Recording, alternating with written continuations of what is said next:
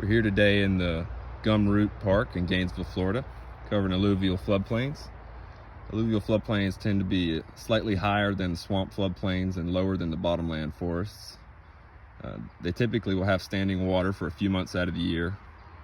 The wet season is the main growing season for this community, and it should be intermixed with other communities, at least frequently it is, and those other communities would be hardwoods.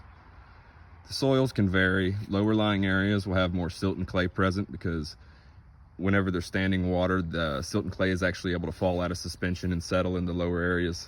Slightly higher spots will have a bit more sand probably. The top will also have a lot of organic material before you even get to the other stuff because there's not commonly fire to burn it away. Hydrology for these areas, they're flooded for part of the year.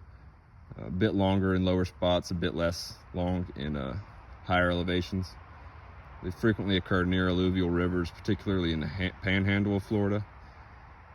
These alluvial floodplains don't occur south of Lake Okeechobee. There's different sort of communities down there. The most notable disturbances would definitely be the flooding.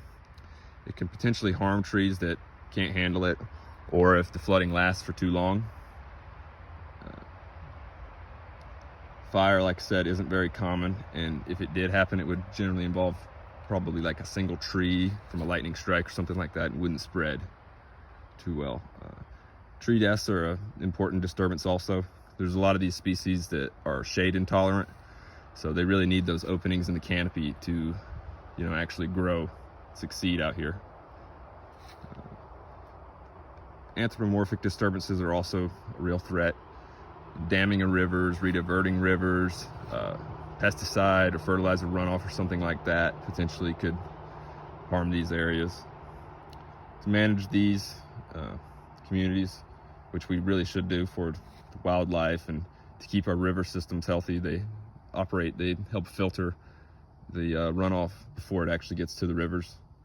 But what we should do is avoid building the dams and diverting rivers and all that stuff, and minimize the pesticide use. The canopy in these areas includes a lot of different things: overcup oak, swamp laurel, American elm, river birch, red maple.